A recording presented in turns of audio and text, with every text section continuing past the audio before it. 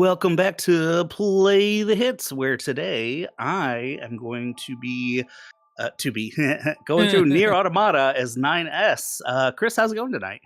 To be or to not 9S. Here we are. There's a pun I in finally there somewhere maxed to be out had. my game file as far as like the 99 hours on my other one. I only have 2 achievements left to get, but one of them is getting every single like 26 endings, so that's going to take a while. And I have been up to my eyeballs in Final Fantasy VII Rebirth. Nice. So, Hey, Sparks. yeah, Sparks, which has been a great problem to have. Oh yeah, I'm not wearing shorts. he's just Donald ducking it. There's an achievement for that. I swear there is. Dude, just Although I around. thought I was doing that on my own Balls out save. for God and everybody. I'm an Android. It doesn't matter. Yeah, that's true. He does not have them, but still. Wouldn't that be fucking great? Sparks will be in and out tonight. That's all right, Sparks. How do you all item? The item system in this about game Trump, is stupid. probably. Yeah, seriously. That's been fucking. I came to terms with the term hypernormalization a little while ago. It's just like, yeah, that's what's really going on. Is that we still have to like kind of live our lives and do our thing, as the world is just like the world. The world's like evaporating around us. Yeah. Yeah, the world is kind of like, what the fuck are you all doing? Like, well, yeah, like I suppose I should probably commemorate it because who knows? Maybe today will be like one of those days in the history books that people are like, oh yeah, that's where everything went to piss. Right. Well, Trump just proposed that the United States take what he called long-term ownership of Gaza and move the people there into a big, beautiful piece of land, whatever the fuck that means in his brain. But like, you don't have to tell me hope, like, I fucking hate Netanyahu almost as bad as I hate Trump. I sure hope that, like, all at once it's dawning on him that he made a deal with the devil and, like, he's sweating balls right now. I don't know. I kind of feel like he's okay making a deal with the devil, but yeah. that's... I was going to say, too, I also get the feeling that he's the kind of man who'd be very comfortable selling out his own people for the right deal. Yeah. I mean, considering he literally... kind of like Trump. I mean... He's essentially Trump, but for the grace of God, right? Like, whereas Trump managed to avoid prison by the skin of his teeth, Netanyahu was in prison and got reelected from prison, which is serious. Wild to think about too. But yeah, call me a conspiracy theorist, but I feel like the October 7th, October 9th attacks, like they knew about that. He's just like, yeah, I'm gonna let that happen because it's gonna basically give me a blank check for this genocide. You know, I wouldn't doubt it. I wouldn't doubt it. Like that's just the kind of manipulator he is. So who knows? Oh, that's what I'm doing. Okay, Pascal. Yeah, it's and I feel like every day I'm going, being a keyboard warrior, so I'm not actually propagating any real change, but going on Instagram and putting like 2 stories a day of like, hey, Trump is, he's proposing that Congress put a bill to eliminate the Department of Education, which is obviously something he's been saying there's for that years. Too, isn't there? He's been saying like he's going to do that. So I better not fricking hear anyone being like, "Oh, I didn't know he was going to do that." Well, I mean, he's made it no secret that the educated are his like worst enemies. I mean, like, why wouldn't he want to dismantle education in the United States? It's the only thing keeping him from having everything. But you say keyboard warriors and like not really making any difference. I don't know how much I agree with that. I think the more people at least acknowledging that, hey, this is not normal, something bad is happening. I don't know. It at least keeps people aware of it. And honestly, even like hardcore MAGA folks, just letting them hear dissenting voices, at the very least, they're being forced to process it, if nothing else. Exactly. Yeah, and I definitely know some people who are looking at my stories who are MAGA heads, or maybe not MAGA heads, but they definitely vote for him. Please, Max. The acceptable term is maggots. I forgot how to run. Oh, God. I was going to say, you're not, like, hoofing it tonight like you usually. There we go. Sparks right, she's still laughing about Trump saying he's going to take over Greenland. Seriously. And you're reminding the sane that they're not alone. Yeah, I would agree with that. Yeah. I say keyboard warrior mostly just to like denigrate myself. Oh yeah, no, I know, but yeah, it's and I mean most of what I said the last time we played this game was pretty much self-denigration. I mean, yeah, on the one hand I'm like really burnt out and it's really demoralizing to see just like how much he's able to get away with on a daily basis. Mm-hmm. But at the same time, I mean, like I have no intention of, you know, stopping running my mouth. Like, yeah, because for precisely that reason. Like as soon as people really do give up saying, you know, this is fucked up, or I'm just gonna roll with whatever he does, then that's it. Yeah, seriously, we can't accept this as normal, even if we are living our lives pretty much as normal. It's kind of like because we have to, and because, you know, one, you have a family, right? Like, the only thing you can do is to keep marching forward. Yeah, do what you can, you know. Yeah, it's every day it's something new, like it was last time, but this is like record speed. He's trying like the free fall into fascism. You know, I feel like, okay, real quickly, like he's setting the land speed record in authoritarianism. Seriously, like, and I feel so naive. Like, I thought this stuff would be happening. I was talking to a friend the other day where it's just like, I feel so naive that I didn't think it would be this quick. Yeah, right. We thought it'd be like June before we were dealing with some of this shit, but. And part of it is like how blatant it is. It kind of speaks to their incompetence as well, which is like a saving grace. Like, okay, it is an incompetent administration. Well, and you can see like except so far it's functional incompetentism. It's it hasn't fallen apart. Incompetence. Yeah. There we go, Chris. Pascal.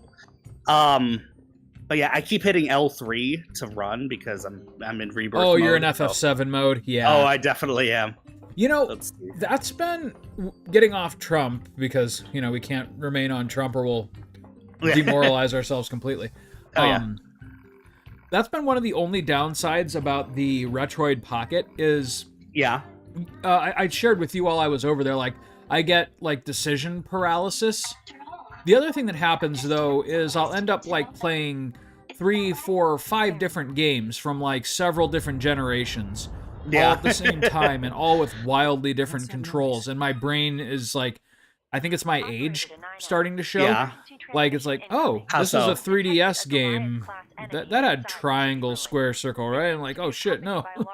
Oh, like, just trying to like, okay, it's a Nintendo game, so the confirmation button is A, but it's the GameCube, so on this console it's B.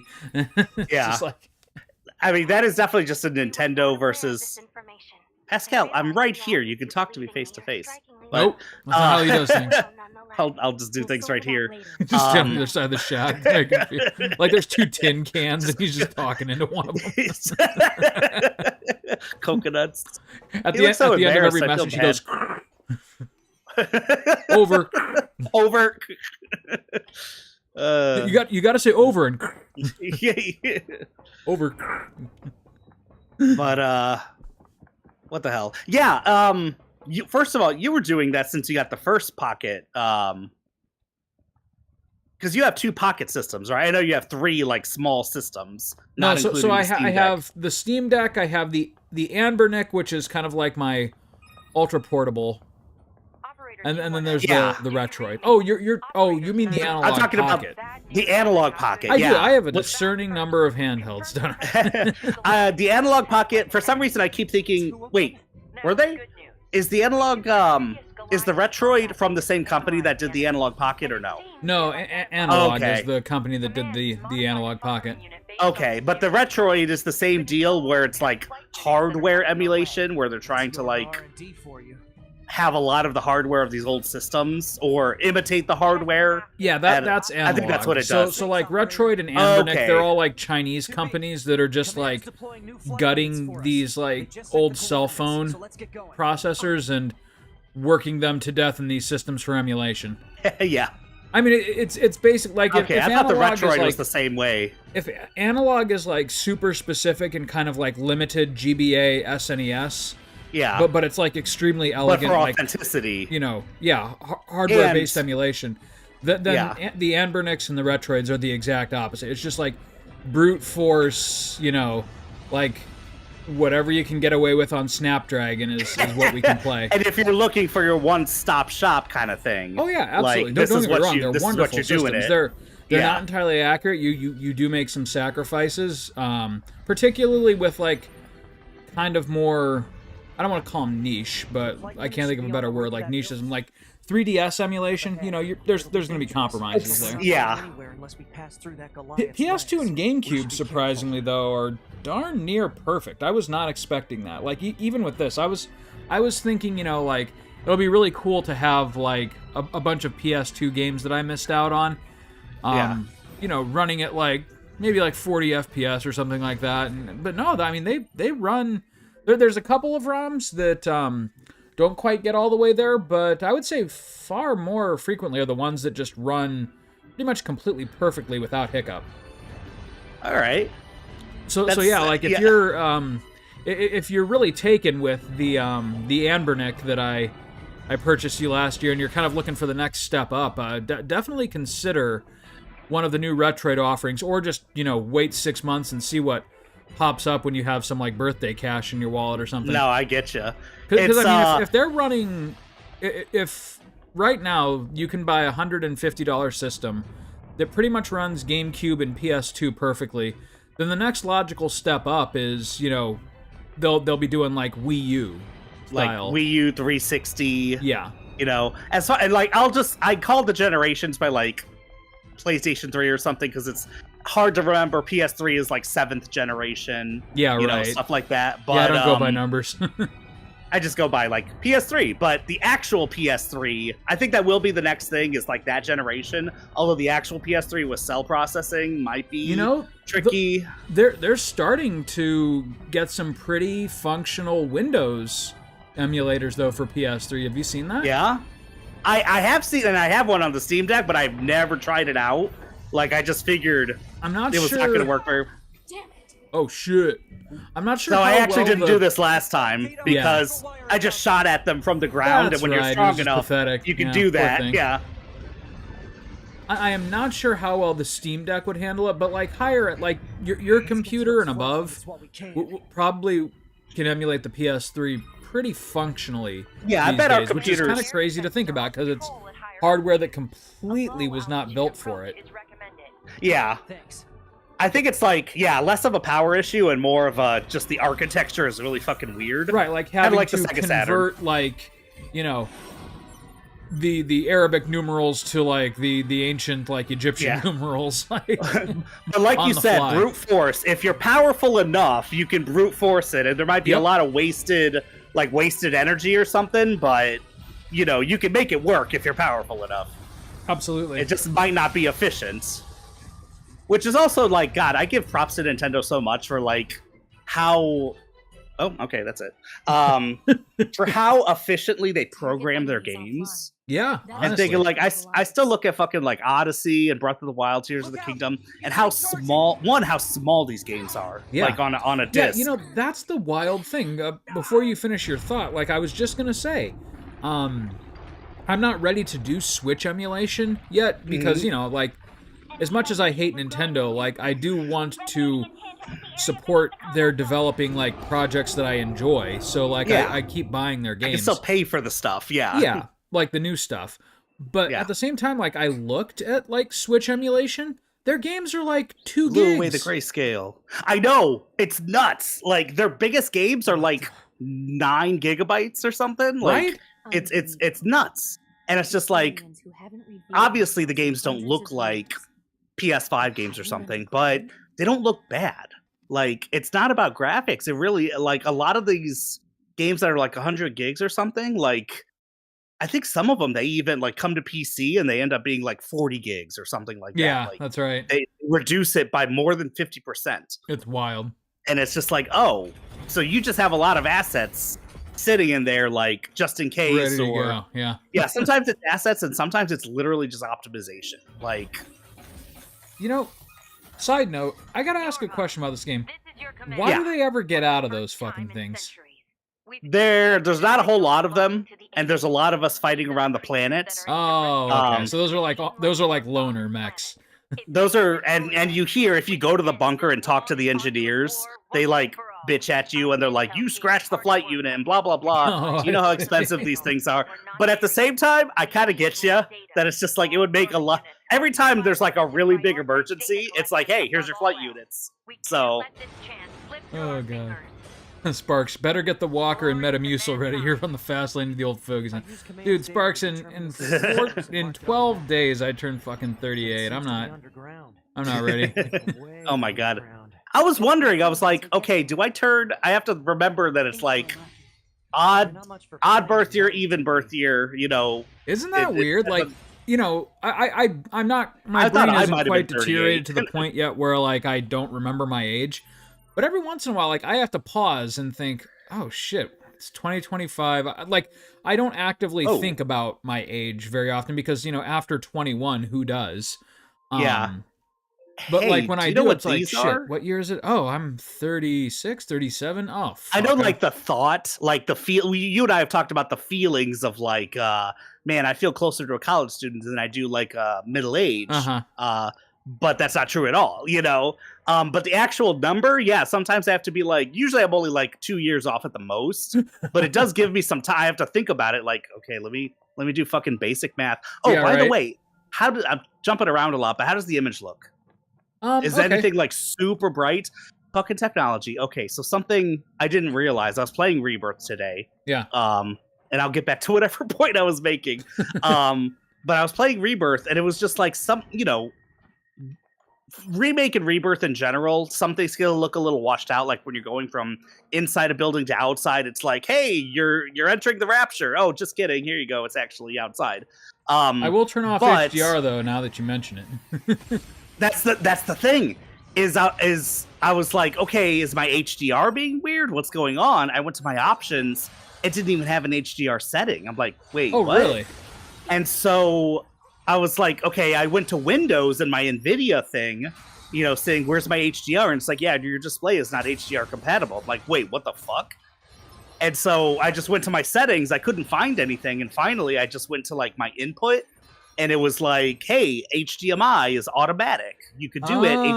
You could do HDMI 1.0, 2.0, or automatic. And I had it on automatic. I'm like, let me just change this to 2.0, because I know it's 2.0. All of a sudden, HDR works. Okay. And I was like, oh my God, I've been playing this. How long have I fucking had HDR off? I know I've had it on like before, and I had it on a while ago. Because I remember the words HDR coming up when you boot up a game. But that hadn't been happening, and I was like, "Oh, I forgot that hadn't been happening." I need to figure out the relationship between streaming and HDR. Like for instance, I know for 100% certain that the Elgato, like if I have a console plugged in there, it absolutely it's just not equipped to process and output HDR. However, my computer, though, like if I'm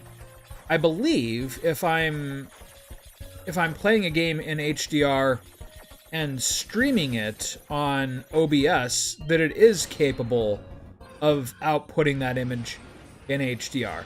However, I know for sure that Discord will not let you stream this game to me in HDR. So if I have HDR on my computer, we get like those kind of ultra bright, washed out whites. Okay, on your end, but on my end, it's not necessarily doing that. Or if I changed it, okay. That's where I have to educate myself more, because it's such a it's not new technology. It's just not every monitor still is equipped to output an HDR. Yeah. And so what you and I are seeing might be very different from what someone streaming it at home is seeing. And so it's still, by and large, the safer bet not to stream in HDR. But I don't know. I'd have to figure it out. Yeah. It is not new technology. You're right. I feel like I should know this better. But it's been around since PS4. Yeah. And it's probably one of the greatest 4K, obviously, when you can get something to run well in 4K, it's oh my God, this is gorgeous. Yeah. But I run things. Most of the things I run in 2K. Because some games, 1440 is where it's at. Cyberpunk, and this is a 65-inch TV, and I think 2K still looks amazing. Mm-hmm. But like Cyberpunk, I tried that on 4K and it's just like, and it was not running well. Like it wasn't having enough. I couldn't even do 30 FPS. I was like, and you know, with reflective things on and everything. But I want my fucking reflections, you know? Right? Yeah. So that's what I fucking paid for. Oh, you're thinking of ray tracing though. HDR is just like the lighting temperatures. The lighting, like as far as making something really, really bright, or really, instead really of like, yeah. I was just saying as far as like running things at 2K. Oh, but like, okay, yeah. But yeah, HDR. Aside from that, like HDR is probably like the thing that makes games pop and look the best. I agree. I think more than like 4K and. I mean, don't get me wrong, ray tracing is awesome, but ray tracing is also like I think lighting is just like where future consoles are really going to eke out their visual advantage. It's I mean, there's only so many more polygons that we can cram onto the screen before like the eye is like, you know, it's good enough. And I think we're pretty much there with Unreal 5. Yeah, it's just going to be like we're closing in on it. Yeah, it's just going to be like how detailed can the textures be, and then how realistically does the lighting interact with the textures to make us really believe that we're looking at an authentic like landscape. And you know, some of like maybe not so much the games yet, even though the games are hell of impressive. But a lot of the tech demos that you're seeing for like what's hypothetically possible with Unreal 5, I mean, it's pretty wild. Like they'll show it like side by side next to like a real babbling brook, and you straight up can't tell which one's Unreal and which one's the brook. Yeah. And the thing, as far as like environments and stuff like that's already pretty impressive. But like the fact that it's getting that close with people, like you can still tell the difference, but it can trick you from far away. Like they're looking pretty good. Yeah, what was it that Matrix? Agree. That Matrix demo from like 4 years ago or something. Yeah, maybe it was 5 years ago. That still is just like one of the best looking things I've ever seen. Like, it's nuts. It's phenomenal, and it's crazy like the rate at which they're moving too. Because like, you know, those tech demos, they're like highly curated. Like, you know, there's no open world or exploration around them. It's just like a hyper zoom on like one tiny little. Definitely a tailored experience. experience. Able to get it like that perfect and that detailed, but yeah, you know, don't today's look behind tech demos are kind of thing. Tomorrow's gameplay, right? For sure, yeah. So I mean, yeah, but well within probably the next decade or so, we're probably going to be seeing, you know, open world games with like that level of attention to detail. And what's even crazier is like I think more than the issue of like digitizing that kind of thing is just like the sheer amount of effort and planning that used to have to go into this. Like, you know, there needed to be coders who sat down and like placed every pebble and blade of grass. Oh yeah. But now like the engine approximating physics engines. Yeah. Like there's actual just physics going on instead of trying to pretend. You just let a computer do it, you know? Yeah. And like if there's something that like the developer doesn't like or doesn't suit the gameplay, then they can go in and manually change it. But by and large, like, you know, video game worlds are becoming substantially less time and labor intensive to produce. Yeah. Although, well, no, I would say as far as like assets and stuff, I was going to say that's what leads to like the large asset, them being like 150 gigs, but you know, you could still again taper that down. Once you actually have what you want and have the tailored experience, you can kind of like that comes down to programming and getting rid of the bloat. But you know, like the more convenient these tools get, the less and less developers are going to be willing to do that. We're going to be seeing like probably a whole lot more like 200-300 gigabyte games, which is just insane. It's insane, but I don't think we're near the apex of like storage yet, where I think we're gonna get like 20 gig storage for cheap, you know, within that's coming up. 10 years or something. You know, I remember when like a 1 gigabyte computer was kind of like the norm, or not even 1 gigabyte, like 256 megabyte hard drive. Oh yeah, we're talking like, you know, around the year 2000 or so. Absolutely. And 1 gigabyte was like, that's 1,000 megabytes. Whoa. Yeah, like, holy that's shit. Just like dude, my freshman year of college, I bought a 1 gigabyte flash drive for all of my stuff, and I was like, oh shit, I'm into the future. I paid $60 for that thing. I know, like it can fit in my it's but so like small. they now it's hand those gig. out for free at at district conferences that I go to, like 20 gigabyte flash drives. It's like shit. If only I'd waited.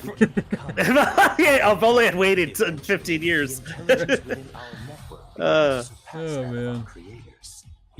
It is wild though. Like, I mean, a gigabyte. Like, it was funny. Our friend Aaron from Napoleon, he had a pretty powerful computer for 2001, back in the day, and I specifically remember though, like, his hard drive was maybe it was a gig, and he like had to delete everything on it to install Star Wars Episode 1, The Phantom Menace game.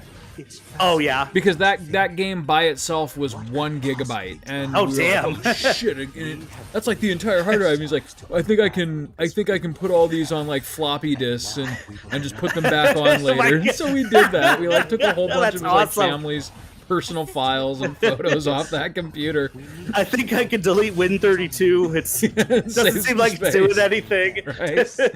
But we did it, and to that's awesome. Not little, it was a giant PC. To that PC's credit, I mean, it ran Star Wars Episode 1. That's awesome. Like in early 2000s, we were swimming in Star Wars prequel games. There was one that just got a remaster, actually, didn't it? Jedi Power Battles? Power Battles, yeah.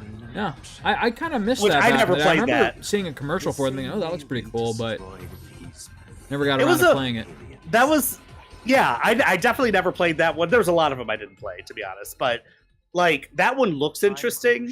Like, I don't know, doing something different. Like, what was it? Mortal Kombat Shaolin Monks, where it's just like, okay, this is kind of like a sideways move, but it's actually a lot of fun. Was that like the Mortal Kombat kind of beat 'em up game, or? Yeah. Do you remember that for like PS2? Okay, I kind of remember it. It was fun. It was fucking fun. It was a good game. The one that I remember a lot better is, and I think you might have played this with me at one point, the Sub-Zero game on PS1.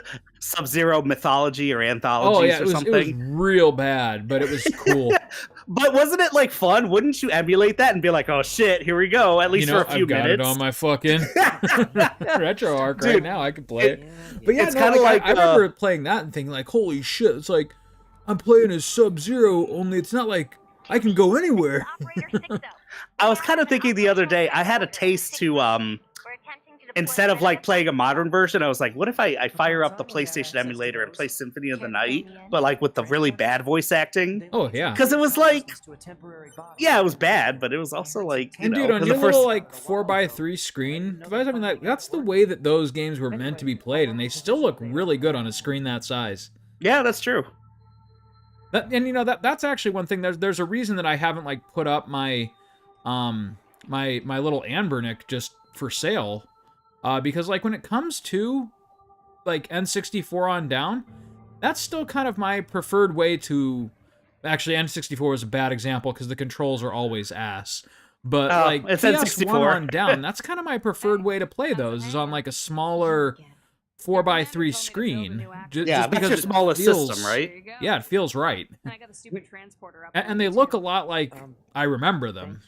Yeah. Whereas you get like a 1080p OLED screen, even like a 7-inch screen, which is, relatively small, but like you can get a lot of visual fidelity on a 7-inch screen.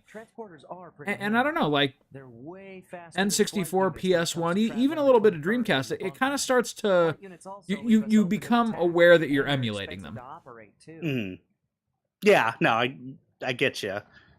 And it's especially apparent when you go back to the old system and play it. Like sometimes it's like playing Super Nintendo game, but you're right, like newer games, but even like Super Nintendo or something, if I'm like playing on Steam Deck or something, and I'll play like Mario RPG on my Super Nintendo, and it's just like, oh yeah, like this is right. Yeah. Aside from like the visual fidelity, because I don't have a CRT TV anymore. Yeah, right. Well, that's I remember we were looking one around for a while. It really looks and feels just like the SNES. I got to see where I'm going. And so it's like, the visual fidelity at a certain point kind of starts working against it because, you were never meant to see like all the individual pixels and muddy textures. They were meant to kind of mesh together on a 480p screen. Yeah, no, and we've talked about this to death, but they knew that and designed around that. Yeah, exactly. And it looks weird when you don't have it anymore. Yeah, right. Like games look incorrect if you don't at least have like a CRT filter over them, you know? Which is sad to me, where it's like you have Gen Zers or like people your son's age, where it's just like, these games look really bad. It's like, okay, one, fuck you. Hindsight's 2020. I made you and I can unmake you. Like, you're seeing Unreal Engine 5 stuff when you were born. But two, we don't have the right hardware. It literally can't run and look how it's supposed to unless you get the right hardware, which is one of my favorite things of like going to like Anime Central or something, is people like 300 people bring in their CRT TVs, and it's like, I know, glorious. Dude, I've got a CRT in my closet that, I break it out like once or twice a year, but it's so worth it. Oh, that's awesome. Now, how big is it? Because I used to have a CRT, but it was like a 30-something inch, which for a CRT, oh yeah, that thing's £1 million. Yeah, no, it's not quite that big, but it's big enough that it's heavy and cumbersome to move. I get you. Well, but it's like, I didn't want to get rid of it for the longest time. 10 more years and it might not be a one-man job for me. Also, I'm going to point out these things on the map. The first time I'm seeing these in the playthrough, these are side quests. Oh. So these are side quests I did not do as 9S, apparently. So, no, it is. I wonder if it's talking to the big-ass robot, but because I thought I did that. I definitely did it as 2B, but I'm gonna check it out and see what this is. Because there's like 1 million side quests in this game, but once you do them, again, it's chapter select. It's not New Game Plus, so they're just not there anymore. But yeah, to kind of conclude where we were going with all of this, I think with the Retroid Pocket 5, like, the systems that I care to emulate, like, that thing is fully capable of emulating all of them. And so, like, as kind Retroid, of a pretty well portable, all-in-one device, like you said, it kind of meets that need. It's the one that I will just throw in my bag and forget about it until I want to play it, or, like if there's a game that I've been meaning to catch up on for 20 years, I'll play it on that. But if I'm looking to have, like, the closest to authentic experience outside of a CRT and the original hardware, like for SNES and GBA, that's the Analog Pocket. For the PS1, Dreamcast, N64, it's honestly the Anbernic, because it kind of toes the line between small screen, just powerful enough to emulate it, and it looks right. Whereas, like, I noticed, like, PS1 games, even on the Retroid 5, they look hella good and they run really good, but they look a little too good, The Retroid 5 is the one you have? Yes. Well, I have the Retroid and the Anbernic. Yeah. Right. So the Retroid 5 is the one that I just got that I brought over to your place. And like I said, PS1 games, they can upscale them so much that you lose a little bit of that PS1 jank, and it doesn't quite, like, it's a weird thing to complain about. It's too good, but you know what I mean, right? Like, I definitely know what you mean. Yeah. Never in like, even when they came out, they did not look smooth. And there's even, like, much older, like, NES games where it's just like, hey, it slows down here, so it makes it kind of easy. We'll add even more enemies then, and that'll kind of fix this room or something. Yeah, right. And then when you're playing it these days, it's just like, holy shit, this is impossible. Why is this one room, like, horrible? Right. And it's like, oh. That's why. They knew it would slow down on your Nintendo Entertainment System. They really did. And like you said, they took what were essentially, bugs and limitations and turned them into features. And then you talk about jank, and there's some jank as far as, like, excuse me, errors, but then there's also, like, frame rates and stuff, and just the feel that it's like, I don't know, feel and vibes are a lot, It's something. And, the PS1, important. The Dreamcast, they had their own unique vibes that was a result of, like the limitations in their visual fidelity, right? Like you could pick out a PS1 game versus a Saturn game versus an N64 game, not because there's like a tremendous difference in hardware capabilities, but again, because they each had their own kind of visual flair that was associated with the hardware. And I would say that especially holds true for Dreamcast, though Dreamcast was, kind of in its own league. Like you could tell that one apart just because it was more visually advanced than the PS1 and N64. Yeah, but at the same time, like when I think of how Dreamcast games look, I can't really quantify it, but they look a certain way. They look like the year 2000, Yeah. No, I get it. It's like, what's that font? I like to study that and like figure out why is that. It's probably little cues that we moved away from that we don't even realize was happening. Right. And it's just like as soon as you see it, like, and what was the font? What were you talking about? Well, it's actually really cool. The there's a lot of like visual artists on YouTube and like people who do design for a living, and I forget what it's called, but they identified like you know what I meant about like the Dreamcast, like how it looks like the year 2000, like everything is like rounded edges and like kind of like bubble graphics and things like that. Yeah. There's an actual term for that, and I cannot think of what it was, but it has to do with that that style. And the Dreamcast fully embraced it, and I can't remember what it was called. I can actually probably look that up. Well, I think I failed. Uh-oh. I failed that side quest. Well, that's okay. You do fail sometimes, Max. I'll fix it in post. I was like, you know what? Enough of your fucking pondering your existence. Here's your existence. It's ending. All right. Let's go back to the story. If you find the term... Wait, it says it's still up there? Maybe I can go back up. Yeah, if you find the term, let me know. Yeah, hold on. There's a super specific name, and as soon as I see it, I will recognize what it was called. Weird thing, I thought I already did this side quest, but maybe I failed it at some point. Maybe I did what I just did. I don't know. Oh no, he's super dead. Okay. Sorry.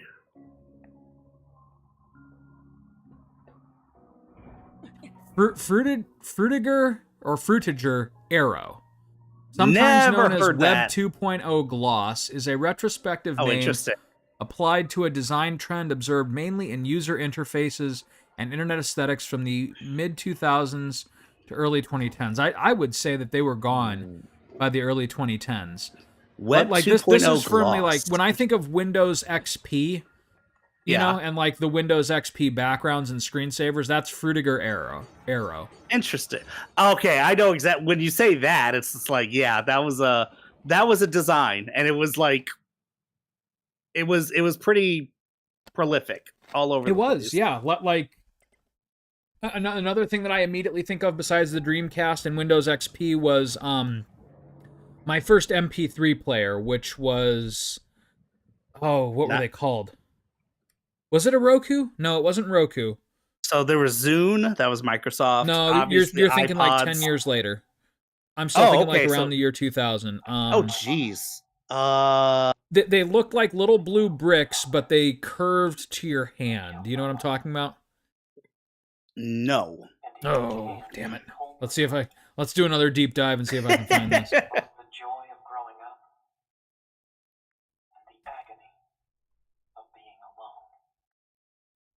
I don't know if I ever showed you this.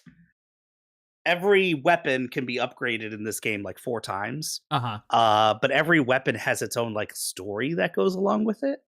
Oh, okay. And you can go into your equipment and you can read the little stories. Oh. That concludes our report on the events surrounding the commander tells us to then they were dead this whole time. Cover it up. The Council of Humanity cover yourselves. Until then, oh man, I'm not finding it. Shoot, what was that thing called?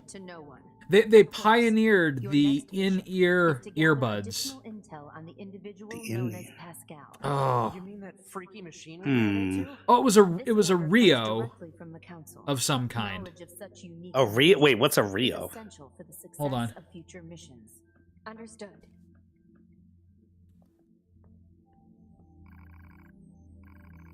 Okay, Rio had a ton of MP3 players. Oh, I think I found It's a mine. company? Okay, yep, here it is. My Rio MP3 player was maybe an 800? I don't know, they had a whole ton of them. Holy crap, I didn't realize how many different Rios there were. But yeah, I had a Rio MP3 player. And I mean, show me and it might like, spark something. Frutiger Aero aesthetic to it. Okay. But yeah, so like when you take things like, you know, the Dreamcast or, you know, other products of that era and divorce them from that design language, they lose a little bit of their authenticity when you interact with them. You know, like, yes, it does run well on my, you know, Snapdragon 6 Retroid Pocket, but I can very also easily tell that it was not meant to. Yeah, that it was not meant to. Yeah, I think that's kind of the thing, is like, there were, I don't know, when you're designing for like a certain system, or even just like designing something in a certain time period, like, the work they put into it, not just like the game itself and like, hey, here's what it's doing to entertain you, but also like the things they did to make it look right, the things to make it sound right, like, I feel like I'm missing something, but yeah. it's... No, I feel you, man. It's hard to describe, but like, you know it when you see it, right?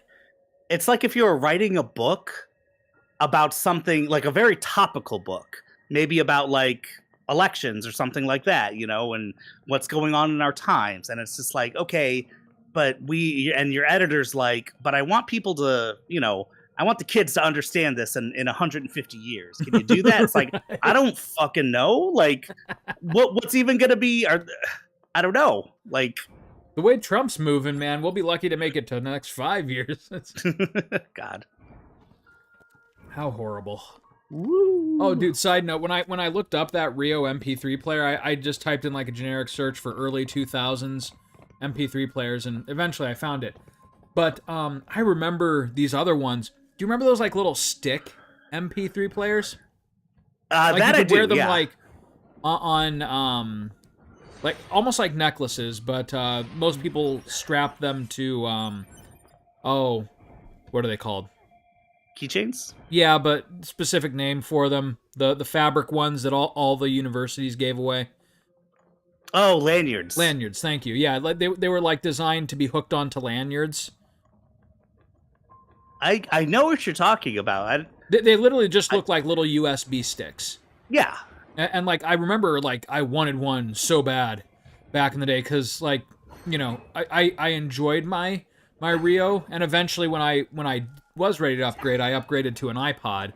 Yeah. And that's what got me started on like the whole Apple trend. But for a while, like, I really wanted one of these stick ones because they were so tiny and so portable, and they could hold, like, you know, 3 gigs or plus worth of music, right?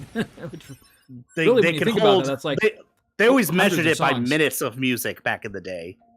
They could hold 1,000 songs or something like that. Which was like, at the time, it was like 1,000 songs. Holy shit. Right, yeah, exactly. Like, honestly, like, music is kind of one of those things where I never really, like, in a million years would have imagined where it ended up going, which is that, you know, I don't own, like, except for, like, a couple novelty pieces, like my Distant Worlds record, I don't really own any physical music media anymore. Like, I just have my streaming service, and that's everything. Yeah.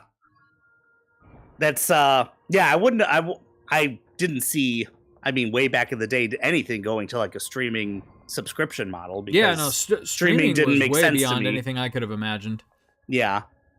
I couldn't think of streaming, which is like just downloading at a super high frequency and then getting rid of it, you know?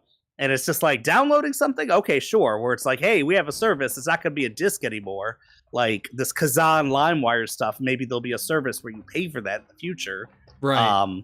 If they shut down Napster. And that's pretty much where like the Apple Music, like iTunes store originally kind of cut its teeth. Yeah. And like to its credit, like iTunes still exists. It's just as far as like not buying used music or anything that it used to be used for. Gotcha.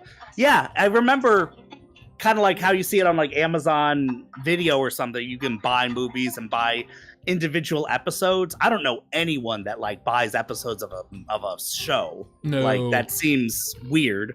But yeah, Sparks, I remember I miss being able to buy music. Yeah. I mean, you still can to the store, and I'm sure you can. Like, can you still do that on iTunes? Like, buy songs actually, individually? like I can buy songs from Apple still. Okay. Though yeah, you don't see that much anymore. Interestingly, though, like even the streaming ones, like they just assume that you are in short order going to be connected to the internet again, even if you're not. So like, you can download like albums or whatever for travel. Yeah. And they'll be stored locally on your device. But then, like, the next time you connect, it just gets rid of them and goes back to the stream. So it's interesting. It's kind of like what Netflix does, where, like, if you pay for the subscription, yeah, you can download a few episodes or whatever for the plane. Yeah. Which is, like, that is the way I would want it. That's right, Sparks. Yeah, that's what I was thinking. 99 cents per track. I don't know if it's the same way or... I wouldn't be surprised if it's still that price just because... I haven't looked in a long time. You could see it going way down, but then 99 cents is like... I don't know. You think about like what artists are making these days as far as like money, and it's probably not nearly as much as they were when you had to buy the album, had to buy the songs individually. Like, oh, there's a side quest too? You know, weirdly, if the one thing that I still will buy, if there is a particular movie that I really like, I will buy it, but I'll buy it digitally. Me too. Like, oh, okay. Like, I want to own it, but I don't want to like have to, you know, putz around looking for the right streaming service to view it at any given moment. So like let's say I really like Sonic 3, right? Or the boys really want to watch it. Like, yeah, I know it's eventually going to be on like Amazon Prime or maybe HBO or whatever, but I might as well just like own it, like just buy it once, and then we can freaking watch it whenever. And it's nice to have a collection, whether it be digital or whether you see it on a shelf or something. Where am I going? Yeah, Sparks writes, if they're going to take it away, then why should I pay for it? I'll just borrow it from the library. To me, it's kind of like yes and no. Like, yes, but only to a certain extent. Like, for me, music is something that I just consume so often and really without even conscious thought. Like, more than like looking for specific artists, albums, or songs, I'll pretty much just like tell or Apple Music what I'm feeling today, and I'll like let it play a lo-fi station or an alt-rock station or something like that. Yeah, music is unique in that way as far as like, I know some people are still like, hey, I'm in the mood for this album this day, but that's pretty uncommon. I feel like maybe like much more with like Gen Xers and stuff, and maybe older millennials too. Yeah, like I'll still like turn on like my Weezer station or whatever, you know. Yeah. But even then, like unless there's a certain song, and even then, like so like what I'll do is I'll ask Siri to like play, you know, a station based off of whatever Weezer song, you know, I got as an earworm right now. And so then it'll play me that, it'll play a bunch of other Weezer tracks, and also play like other artists that are kind of like a similar style. Yeah, and that's why I never will do it. I'll never limit it to, I mean, yeah, sometimes it's like, hey, what are you doing? This isn't what I asked for. Although Spotify's pretty good at not doing that. Yeah, and I mean, you can just skip. Yeah, you could just skip. But yeah, it's like, I don't want to just like limit myself by being like, I want to listen to just this one album in order. Like, because most of the time I want to hear things that are similar. And I never discover, like, there's so much more music I discovered when streaming services started than I ever did just growing up. Yeah, honestly, you know, I did not I found search for that stuff. A whole bunch of different artists and songs that I wouldn't have even known about had it not been like recommended to me from iTunes. Some of my favorite stuff I never would have, I mean, churches, like, yeah, okay, that's one where I heard it on Q101 or something, like on the radio. But like Purity Ring, Machine Heart, there's a lot of indie a lot of indie artists, especially. Hey, I never would have one area where our music interests overlap. Indie. What's that? Indie? Kind of mechanism we could engage? So Sparks writes, she'd rather pay the artist than pay for the streaming service. In many cases, the artists get more money from libraries than they do from streaming services, and that goes triple for audiobooks. I totally understand that. That's interesting. It is, and like I do want to support my favorite artist, but I feel like, I don't know. For one thing, a lot of music that I listen to is music that I've been listening to for 20 plus years. So at some point, I did buy their CDs.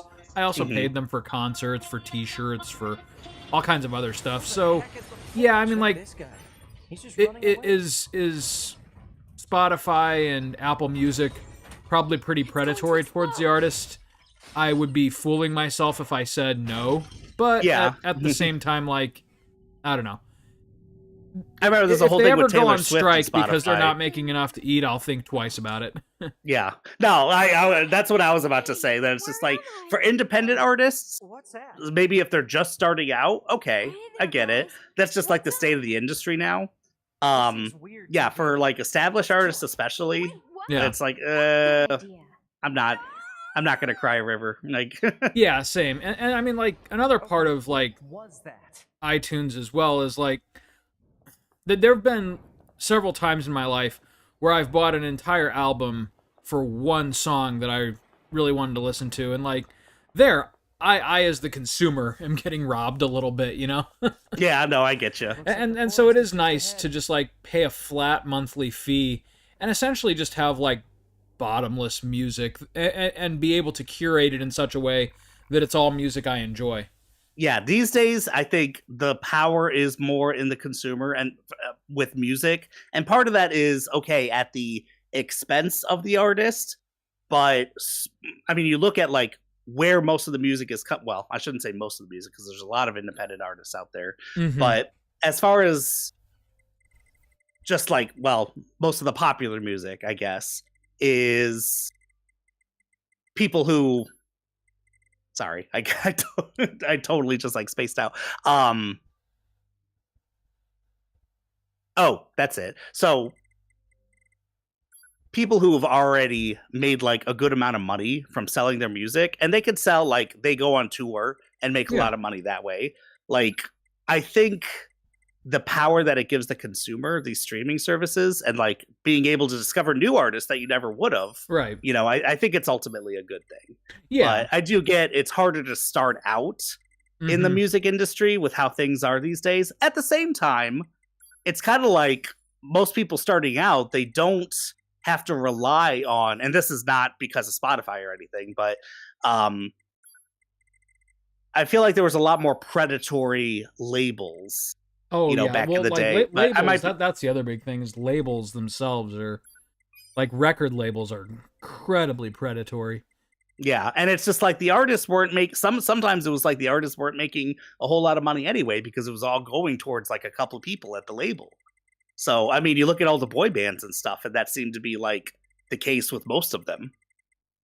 Yeah. I'm just selling some chippies. But yeah, that's what I have to say about that. No, and I agree with you. I'm kind of torn on it because I totally get Sparks' point, and especially about audiobooks. Supporting artists. Audiobooks is one of those things where, like, I know Nick would fight me to the death on this one, but I'm of the mind to fucking read it. Oh, okay, gotcha. I mean, and I get it. I do listen to audiobooks occasionally, but mostly like during summer when I'm out cycling outdoors a lot. Okay, where you can't read. Like, yeah, right. Or like, if you've got like a long car trip or something like that. Yeah, audiobooks are great, but I also know that, like, what Spark said is true. Like, the streaming services absolutely tear authors a new one. Yeah, Nick, old man Glepp writes he would fight you on that. He's watching. Nice. I don't know. I was talking about music as far as like when it comes to books and audiobooks. I haven't really thought about that. That's interesting. Yeah, and I think to Nick's credit, he Nick, correct me if I'm wrong, but he does do a lot of like borrowing even the audiobooks from the library. Yeah. Or just like ones that are public domain, like from... Actually, there's a lot of really cool projects that he introduced me to online where, you know, people like you and me will actually read a public domain book and post the audiobook online.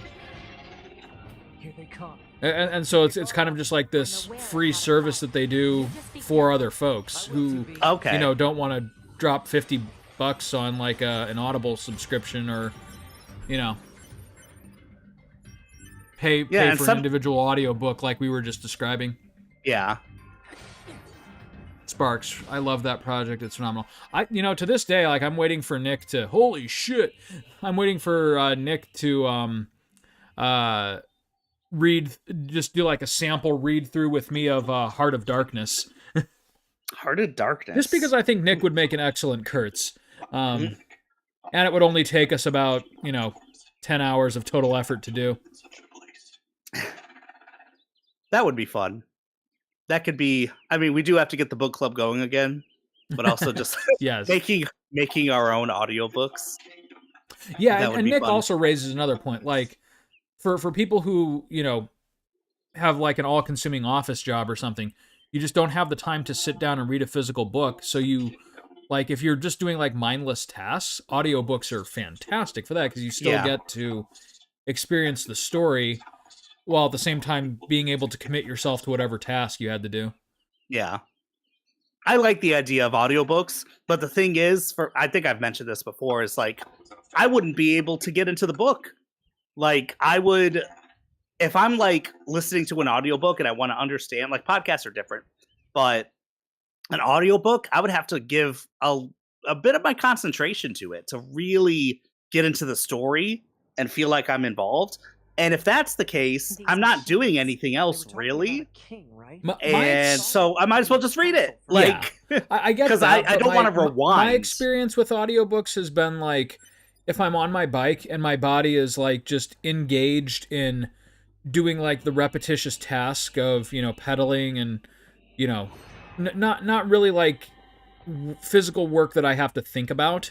Yeah. Then audiobooks are perfect because I actually do get super into the story. And it passes the time a little faster. That's good. Yeah, maybe I'm too fat to do that or something. I shouldn't say that, but I think even if I'm exercising, I wouldn't be able to concentrate because it's too strenuous. I'm like, ugh. You're exercising, wrong. Maybe I am. No. Maybe I am. No, I got you. But yeah, it's just like, I think it's just, if I could do it more automatically, I think audiobooks would be great for me.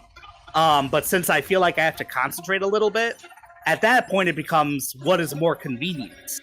And because I'm someone that rereads passages a lot, like not later on, but more like as I'm reading, I'm like, wait, did I miss something? Let me catch that. Mm-hmm. In an audiobook, you'd have to like hit the rewind button or hit the 15 seconds earlier button, and then you don't quite know where it was and stuff. I will say, when I do audiobooks, I catch myself doing that quite a bit. Like, wait, rewinding? Who said that line or who's talking to who? And so I skip back like 30 seconds just to reacquaint myself with what's going on. I have done that quite a few times. And I feel like with a book, it's instant to go back to something. You knew exactly. I need to start. I gotta catch up here. Nick suggests Blood Meridian. That would be another good one to read. I would have fun what is doing that? I think I would actually have a lot of fun reading an audiobook. Sparks also writes that audiobooks were what got her into reading when she was a wee little ember and her parents needed something to keep her occupied in the car, but reading made her car sick. Nice. She was introduced to the Redwall series when she was 6-ish. Turns out they were 6th grade reading level. Whoops, yeah. That was kind of like me with, whatchamacallit, shit. So I think I really, like, the first books that I, like, majorly read were, like, The Lord of the Rings. But then I was right around maybe 9 or 10. I started with The Hobbit and then did the Lord of the Rings series, and I enjoyed it, but a lot of it went over my head. But like I enjoyed it so much that like I was like, ooh, I need more fantasy projects just like this. And so my dad bought me like the first 3 Wheel of Time books, and I made it through the first one when I was like maybe 11, and it was like borderline impenetrable to me. I get that. Yeah, wow. But I mean, that's like, cool. That's cool. I read them now, and they're not complicated books. It's just like there were a lot of names that I didn't know how to pronounce, and they're again. I have not read these books. It's just like I think about Dungeons and Dragons, where it's just like the scope of it.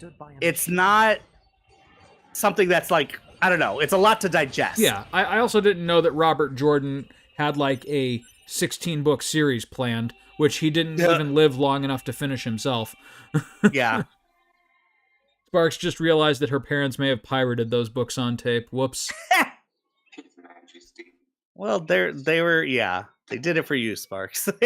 But all that being said, and it got you into reading. Now that I've said all of this, like these great things about audiobooks, I will say that for me, because of like my earliest memories with like Lord of the Rings and Wheel of Time and other books that I really love like that, reading for me is an extremely tactile experience. And so like I always digest books better when like I can actually have it in front of me and like turn the page and things like that. Yeah. So and then also like maybe this is just like a weird quirk for me. My imagination kicks into overdrive a lot more when like I'm looking at the words versus when I'm hearing the words. Like when I'm hearing someone else's voice do the reading to me, I still really appreciate the story, but like my image of that world is like how that voice is presenting it to me versus it's like what they're feeding you. Right, versus like coming up with my own imagery. Exactly. And it's like sometimes people like that about audiobooks, which I get, is that a really good storyteller can take you on a journey. It's like, all right, cool. But I think with reading, I definitely prefer to like interpret that myself, you know? But again, when it's like comes to video games or something, it's not kind of an option with video games. Like, it's like a visual medium. You are being fed immediately what the world is supposed to look and feel like. For sure. Yeah. But I feel like I'm the opposite when it comes to this medium, where it's just like I actually prefer a more tailored experience when I'm thinking of like a very narrative driven game versus an open world game, you know. But with reading, I want more of the let me figure this out, you know. And I'll kind of like put my. I can get that too. So yeah, like, and honestly, at the end of the day, like, there's no right or wrong way necessarily to consume any medium. Like to say that is just gatekeeping. Yeah. Like it really is. Like there are purists who will say, you know, like, oh, you haven't really listened to this song until you've heard it on vinyl. And like, fuck you pretentious bitch. And that's the thing, is like, if you want to share it in a different way, that's not how you start the conversation. Oh, you haven't really listened to it then. No, idiot. Like, oh, you listened to the audiobook, you dear lamb. Fuck you. It's just like, talk about it. You know, you can say, oh, you know what? I don't like it that way because this, that. And okay, that's an interesting conversation. Well, you know, if you say, oh, that's not how you do it, it's just like, well, I don't want to talk to you. And like Sparks writes, what more chat to catch up on? Wheel of Time was just worse and longer. Lord of the Rings, I would agree overall, Nick. Lots of books out there for me as well. When I read them before, I was really able to understand many of the concepts. Same here, Sparks, but for me, it ended up pushing me just a little bit so that like I wanted to understand them, and it made me a more ambitious reader. But then her main point though is that audiobooks still count as reading. I firmly agree. Because, like, you think about, there's some folks that literally, have to engage with a line of written text 2 or 3 times before their brain will, like, allow them to decode and unlock the meaning. Whereas, like, they listen to that same line, they get all of the information, but they get it immediately. Like, Are we really going to be such assholes that we insist that those folks must look at a page in order to get that information? Yeah, you're still ingesting a story. That's exactly people right. Who say, oh, listening to an audiobook isn't reading. I think it's like, okay, technically they're two different activities, but you're not saying that because they're two different activities. You're saying that to be an asshole. Yeah. Oh, here's a good one. Here's a good one, What's Max, up? for our like 3 viewers on Play the Hits. If you watch a video game on Play the Hits and we play it from start to finish, and you see what it's about, have you really experienced that game less than if you were to play it yourself, but you just didn't have the time? I think there's an argument to be made that it's an interactive medium. So on the one hand, yes, it's meant to be played, but on the other hand, if like it's an RPG and you just want the story beats and you want to see what the narrative's about, and like like with the book, you don't have the time to dedicate to laying down 60 hours of your own time. I mean, yeah, I would say that, go, and I think this is why developers are still so dicey about what can and can't be streamed, is because there are a lot of people who, for certain games, they have no intention of buying it themselves, but they'll watch the Game Grumps playthrough or something. Yeah. And so I don't think that significantly cuts into their sales, but I can see the argument to be made there. But yeah, in terms of like just experiencing the medium, I mean, it is visual interactive medium, right? So if I have consumed NieR Automata by watching you do a full playthrough, I've experienced NieR Automata. I feel like it's two different discussions, because you started talking about if someone doesn't have the time or the money or the resources. I think it's totally fine. People are streaming games and people are watching games. Yeah. I think it's a good thing. As far as like, okay, let's get into the nitty gritty of, are you experiencing it? You're experiencing it. Are you experiencing it in the same way as someone who's playing it? No. And you could say that in a technical way. Well, I'm hitting buttons and you're not. That's fine. But as far as like the emotional impact, I think this particular game, I think there's a lot of games that it plays off either like what you're doing or like the time you put into it. And no spoilers for this game, but there is something about this game in particular that plays on your commitment to how many hours you put into it. Right. And then it turns that on its head, And if you're just watching that, it's like, oh, I was watching that. But if you played it, it's like, oh shit, what do I do? That's a really good point that I wasn't considering. Sparks writes, it depends on the game, whether it's more story or action driven. And yeah, I'd be inclined to agree. Like, so I'll use, let me think of like a more modern example. Persona 5. I joked with you that like I got so into that game that like it kind of made up for the crappy high school experience that I had, because like I got to go on this journey and like this experience where like I was so invested in the characters that like I felt like a personal connection to them while I was playing it. And I think if I had just watched somebody else's playthrough of that, I certainly wouldn't have had that like personal investment. I still would have digested and understood the story, but it would not have engaged me on the emotional level. Yeah. That being said, though, I think whether you're reading a physical book or listening to the book, because of the way in which the narrative is communicated, I think you do get the same experience out of either of those. Yeah. When it comes to reading, I would agree. Mostly, like what I was saying earlier, as far as the imagining, like, okay, is it like with this person, I'm kind of going on their journey, and I'm imagining kind of what they're saying based on how they're saying it, or is it like completely up to my imagination?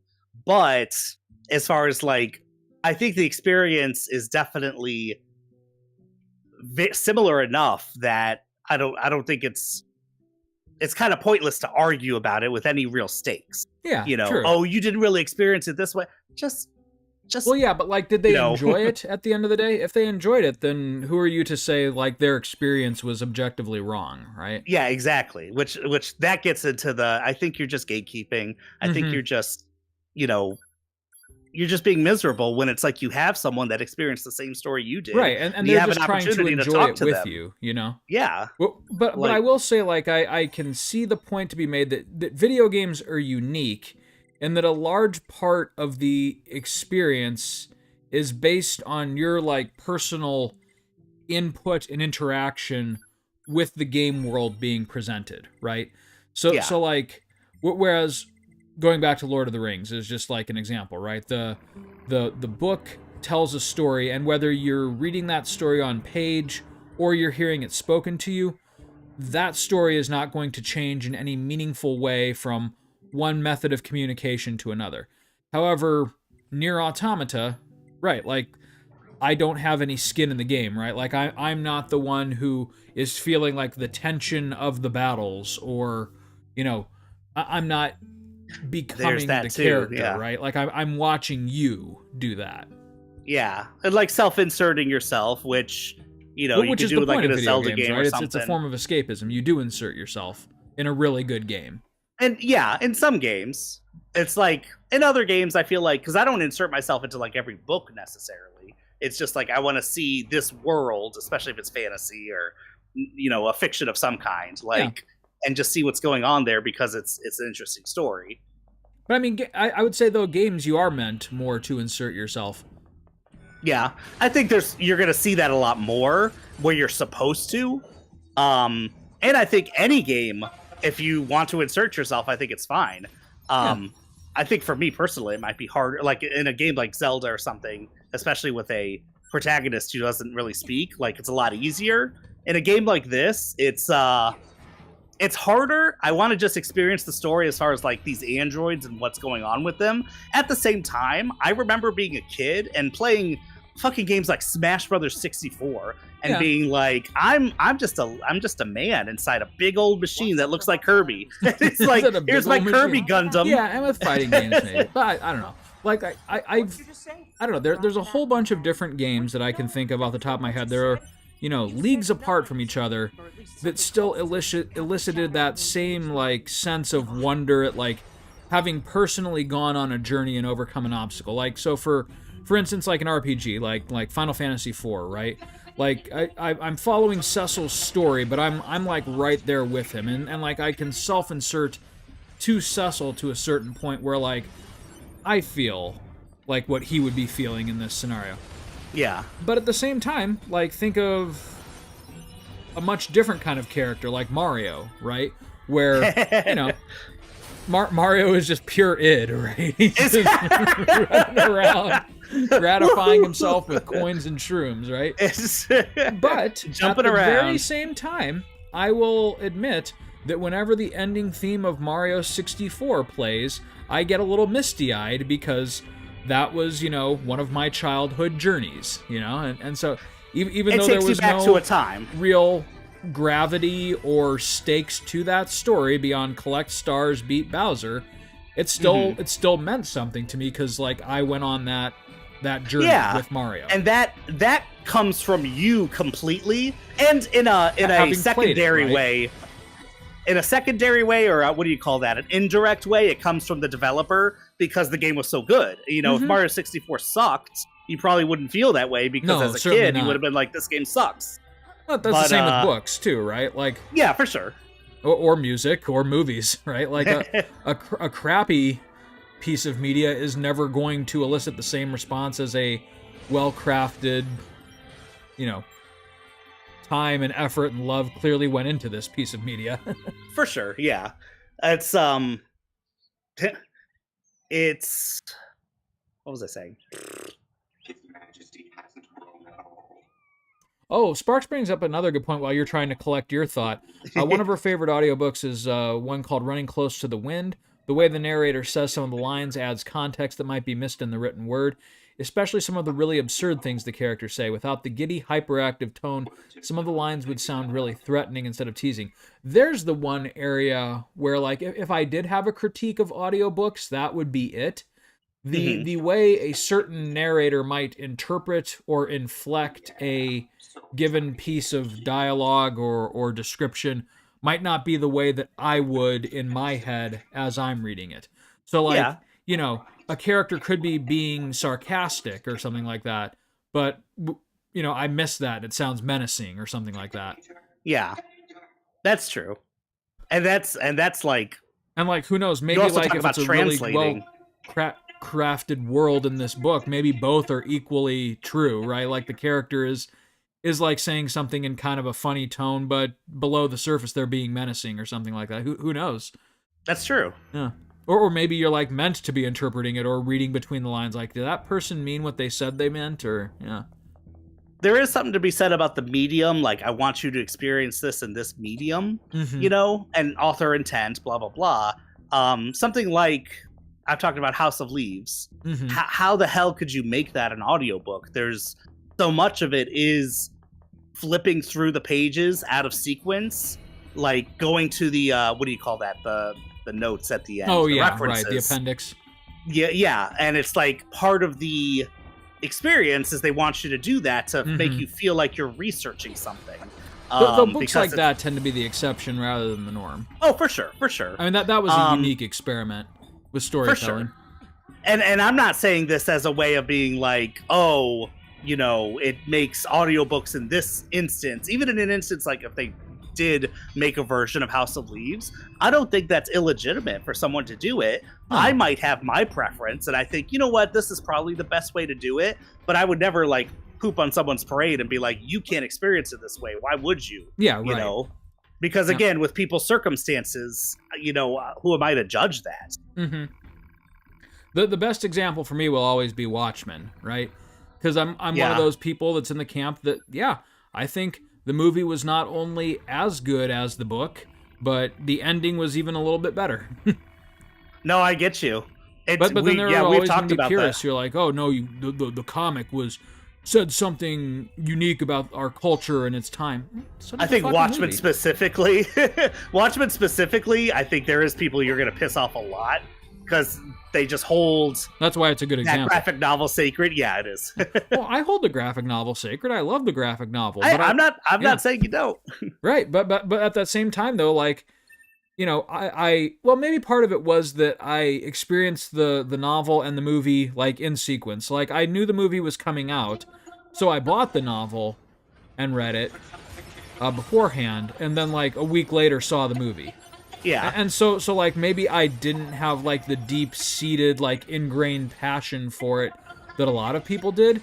But at the same time, like I don't know, like would that really have changed my takeaway from the movie? I don't think so. I thought the movie was absolutely phenomenal, and probably like the more distance I get from it, I think it's my favorite adaptation of any comic book ever. Like it was wonderfly acted. It was wonderfully directed. They nailed the visual style of the comic book very well.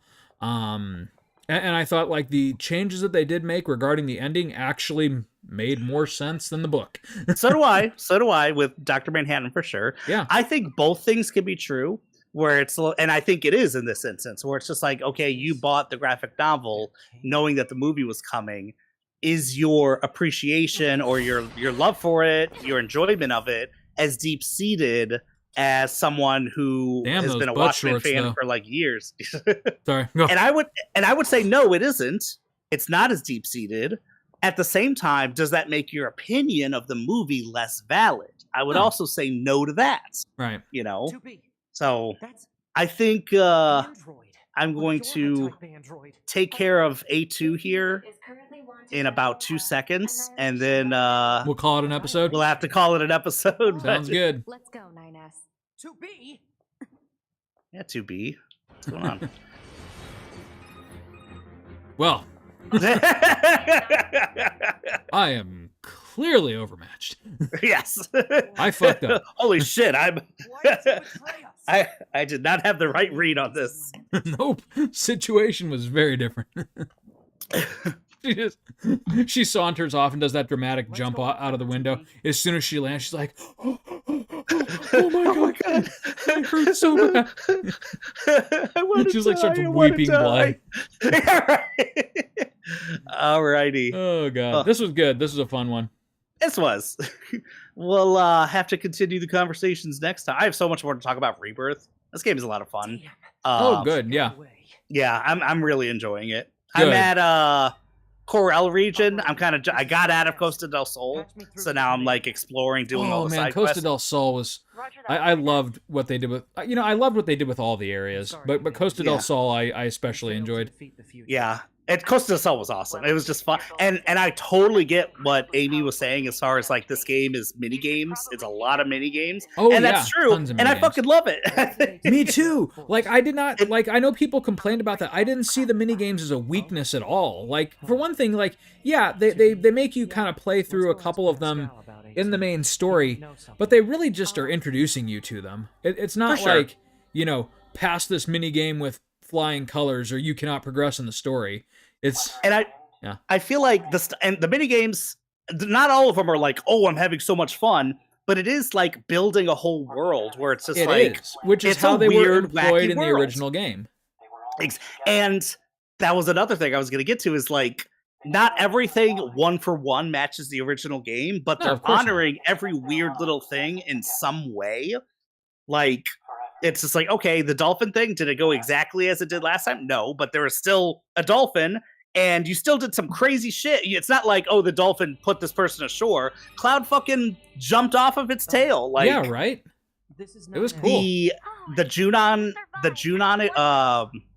the whole thing with Junon and being in the parade and stuff.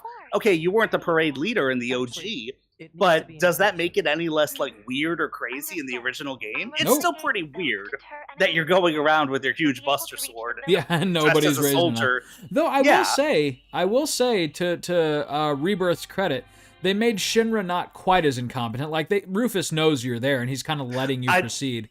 Yes, I do like that, and I have to go back on YouTube and figure out like how does it look if you don't, because I like got the #1, what do you call it? Yeah, same here. And then I got an achievement that was like, hey, you did this, and like 7% of people got it. I'm like, oh, wait a second. Yeah, I don't recall that part being super hard, but yes. It's just a rhythm game, sort of. Unlike the piano, which I cannot do. But yeah, let's talk about this more next episode, because I've got a couple big things to say about like where you are in the game, which is really fun. Okay, cool. All right, well, I'll see you next time, buddy. Yep, and Sparks, I'm going to shoot you a text about places to eat in Indy. See you next time, Max. See ya.